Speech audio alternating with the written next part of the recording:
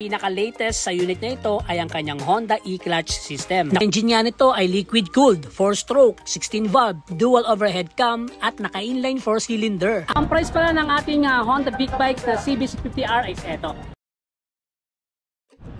Check naman natin isa-isa itong CB650R. Okay, so ito yung sinakyan natin kanina, no? At ito nga isa sa pinaka-latest ng Honda Big Bikes. So yung mapapansin agad natin sa kanyang headlight, ito yung tatawag nilang teardrop. So LED na rin ang mga ilaw nito. Yan.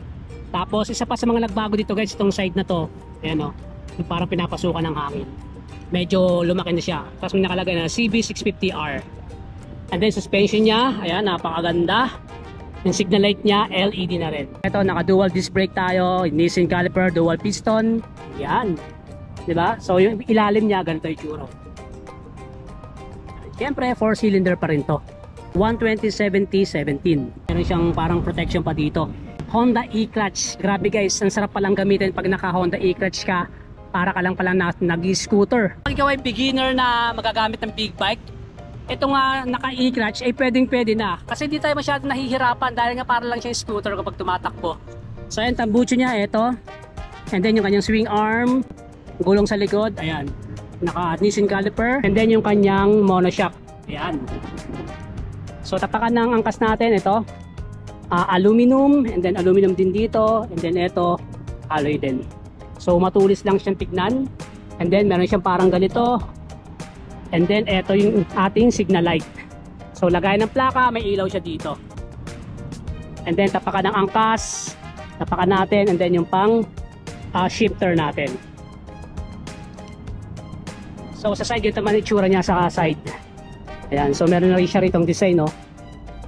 Diba? Tapos ito, ganda rin, no? Para siyang carbon effect. Ayun, ang kanyang upuan, ganito. Ayan, malambot. Tapos may style din siya dito. Ayan, meron siya ritong cover. Sa manibela, ito siya, meron siyang passing light. Then mga select button dito. Horn, then left and right signal.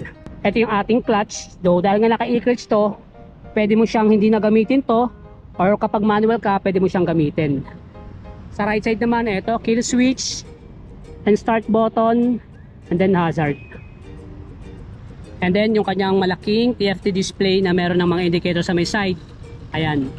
At syempre, dahil si Motochem ang pinapanood mo, ay bibigyan pa kita ng full specifications ng CB650R. Ang engine niya nito ay liquid-cooled, 4-stroke, 16-valve, dual overhead cam, at naka-inline 4-cylinder. Ang displacement nito ay 649cc. Ang bore and stroke ay 67/46mm. Ang kanyang compression ratio ay 11.6:1. Pagdating naman sa kanyang max power, meron tong 69.7 kW at 12,000 RPM. Ang kanyang max torque ay 63.3 Nm at 9,500 RPM. Ang kanyang fuel tank capacity ay 15.4 liters. Ang kanyang fuel consumption ay 20.9 km per liters. Ito nga ay naka-multiple clutch. Meron tong 6-speed manual clutch at ang pinaka-the best nga rito ay naka-Honda e-clutch system siya. Sa kanya namang dimension, length, width at height, meron siyang 2,128/784/1076mm. Ang kanyang wheelbase ay 1,449mm. Ang kanyang seat height naman ay 810mm. Pagdating naman sa kanyang ground clearance, meron itong 148mm. At ang carb weight naman niya ay 203 kg. Ang suspension nito sa harapan ay merong 41mm SFF BP USD fork at ito nga ay Showa. At sa likod naman, ito ay naka-mono with 10-stage preload adjuster, aluminum cast swing arm. Ang sukat ng gulong nito sa harapan ay 120/70/17 at sa likod naman ay 180/55/17 at ito nga ay naka-tubeless. Ito nga ay naka 2-channel ABS. Sa harapan ay naka Nissin radial mount 4-piston calipers at sa likod naman ay naka single piston caliper. Meron nga itong 5-inch TFT display with Honda Road Sync app at gaya nga ng sabi ko kanina, ang pinaka-latest sa unit na ito ay ang kanyang Honda e-clutch system na kung saan mas pinadali na at pwede mo nga siyang gamitin as a semi-matic na big bike. O di ba ang saya nun? Pero may choice ka pa rin na gamitin ang kanyang manual clutch. Meron nga itong dalawang variant, ang e-clutch type at yung standard type. Latest na latest at naka e-clutch oh. Ayan. So ito nga daw ay e-clutch na. So hindi na tayo gagamit ng clutch. So start natin. Paano ba ni-start to? Okay, let's go guys. This is it. So neutral.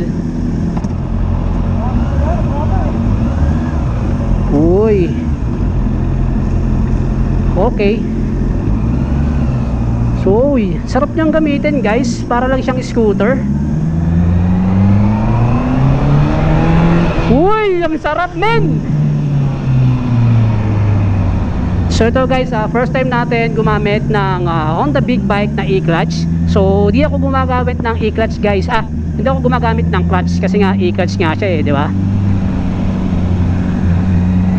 So naka-primera tayo.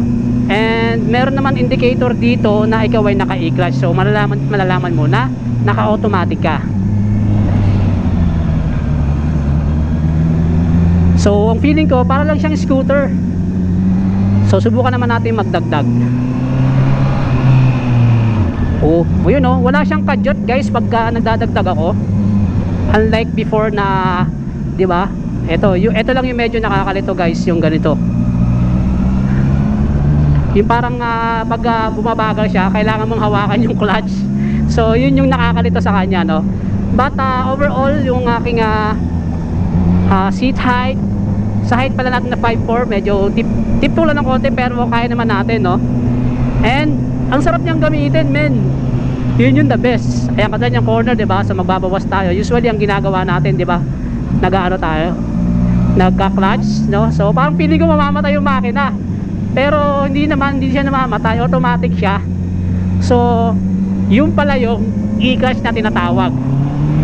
Woo! Sarap gamitin ito. Ayan, medyo nagagamay na natin guys. So medyo kampante na ako na parang ang hawak ko lang scooter. So I think goods na ako dito. Pero nga alalay lang tayo dahil nga syempre may power at may power pa rin to. Ayan usually kasi pag mabagal, di ba, nagka-clutch tayo. Woo! Sarap! Ang angas nito, men. Ganito pala yung e-clutch. Maraming salamat Honda at naka-experience ako ng ganitong klaseng motor, no. So ang feeling guys, para ka lang naka semi-matic na motorsiklo, ganun lang talaga. Although pag magpa-primera, segunda, tercera ka, syempre tatapa ka pa rin sa shifter. But still ayan, nabawas tayo. Ayan, bumawas tayo, di ba? So hindi siya kumakadyot. Galing, no?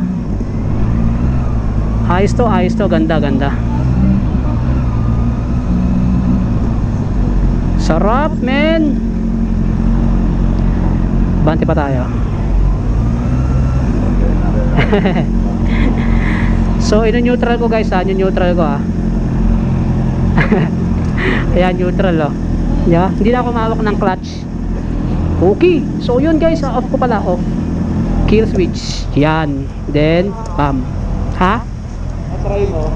Try natin? Try mo ito ngayon, kasi paa mo nandito tumataas. Oo nga, try nga natin. Tayo nga, ayan, sa akin kanina to. tumatama sa'yo? Sa akin yung masyado. Okay na. Okay na, masarap gamitin, parang lang, parang wave 100 lang. Ang weird nga pero gumamit ka pa ng clutch? Hindi na. Ako rin hindi na okay din. Oo. Okay din pala. Parang lang talaga, scooter.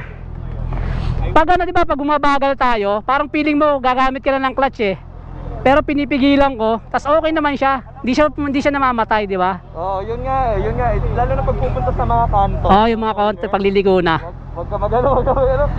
Kahit magpreno ka, okay lang. Parang feeling mo mamamatay siya, pero hindi tuloy-tuloy pa rin siya, ang galing. Ang price pala ng ating Honda Big Bikes na CB650R is eto.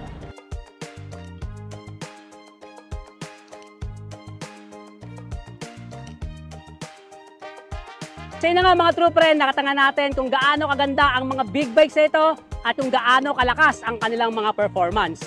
Kaya naman abangan nyo pa ang susunod na ilalabas ni Honda Philippines dahil marami pang paparating. Dito nga tayo ngayon sa Honda Safety Driving Center para sa mga gustong matutong magmotorsiklo, 2 wheels, 4 wheels, pumunta lang kayo dito. So paano?